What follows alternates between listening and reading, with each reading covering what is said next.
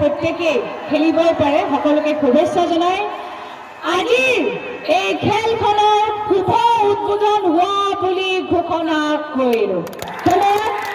বহুত শুভেচ্ছা জনালো প্ৰতিগৰাকী খেলুৱৈ। কাৱৈমাৰী আঞ্চলিক ক্ৰীড়া সন্থাৰ সৌজন্যত দিবানৈশ ফুটবল টুৰ্ণামেণ্টৰ ইয়াতে প্ৰতিযোগিতা ইয়াতে অনুষ্ঠিত কৰিছে আৰু কাৱৈমাৰী অঞ্চল যেহেতু মোৰ সাংগঠনিক জিলা আমাৰ ভাৰতীয় জনতা পাৰ্টি ইয়াতে মই উপস্থিত আছোঁ। মোৰ সৈতে আছে আমাৰ জিলা সভাপতি অনিল শইকীয়া ডাঙৰীয়াদেৱ।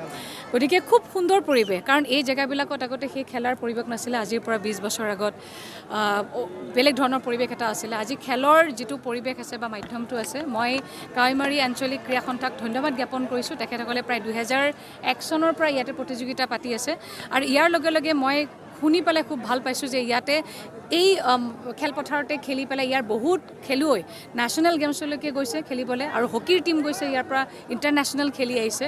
গতিকে এনেকুৱা ধৰণৰ এটা পৰিৱেশ বা মাধ্যম পোৱাটো মই ভাবোঁ যে লোকেল আমাৰ যিসকল ব্যক্তি আছে তেওঁলোকৰ কাৰণে খুব সৌভাগ্য।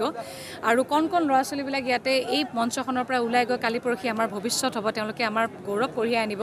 গতিকে প্ৰতিগৰাকী খেলুৱৈক আৰু লগতে কাৱৈমাৰী অঞ্চলৰ বাসীকো বহুত বহুত শুভেচ্ছা জনাইছোঁ, ধন্যবাদ জ্ঞাপন কৰিছোঁ।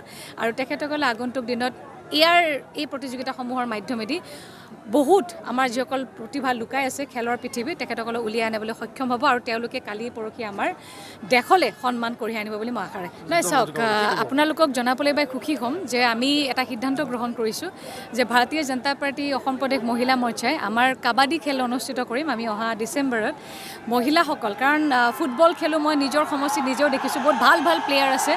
কাবাডীটো আমি ভাবিছোঁ যে কাবাডীটো আমি প্ৰতিযোগিতা কৰিম, প্ৰতিখন জিলাৰ পৰা আমি আনিম আৰু ইয়াতো মই দেখা পাইছোঁ আজি মহিলাৰ সংখ্যাও বহুত আছে, দৰ্শক বহুত আছে।